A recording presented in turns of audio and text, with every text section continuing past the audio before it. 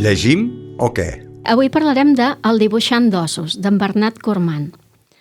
En Bernat era un escriptor i il·lustrador nascut a Barcelona, que malauradament ens va deixar el passat mes de juny, a l'edat de 48 anys, i justament ell era un gran reivindicador d'aquest format, de l'àlbum il·lustrat, defensant que no només era un format per a nens, sinó l'àlbum il·lustrat com a llibre per a adults. I aquesta reivindicació hem de pensar que no ve d'algú que puguem pensar que està format en arts plàstiques, justament, sinó que estem parlant d'algú format en lletres, era filòleg, era periodista, era professor i director de revistes literàries de prestigi com Faristol i Atril.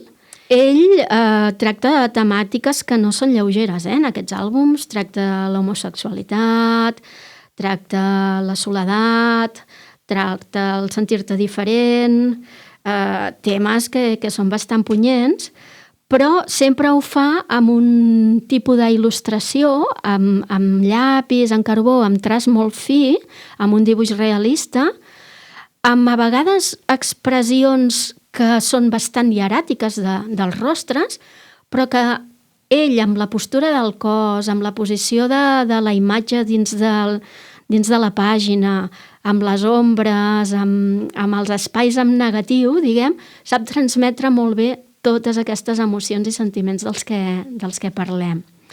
Justament en aquest llibre se situa al Pol Nord i el protagonista, un dibuixant, decideix anar allà a complir un dels seus desitjos, que és poder dibuixar en viu a l'os polar.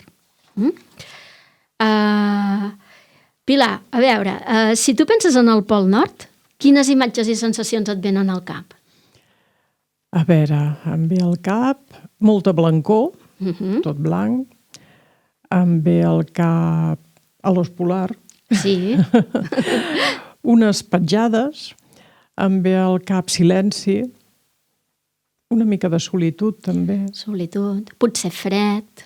Per descomptat. Sí, doncs tot això ens ho sap transmetre molt bé en Bernat amb les il·lustracions.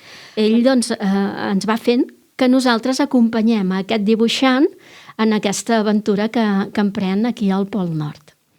I en algunes planes els dibuixos a mi m'inquieten. Per les mirades, oi? I les expressions. És a dir, són com expressions hieràtiques, però a través de l'ull, o no sé ben bé com te'n pot definir-ho, és inquietant perquè veus que allà sota aquells personatges hi ha molta vida dins. I en altres pàgines hi ha tendresa.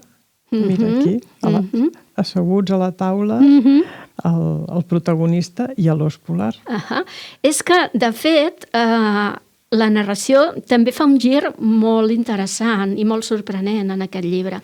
Repetim la fitxa tècnica del llibre, el dibuixant d'ossos, l'autor Bernat Cormant Rifà, i està publicat al Gargot Golafre. Sí, que és una col·lecció de SD Edicions, una editorial barcelonina, i el format potser us sorprendrà quan el veieu, perquè fa 15 per 15, és molt petit, quadradet, molt lleuger, però molt potent al mateix temps gràficament.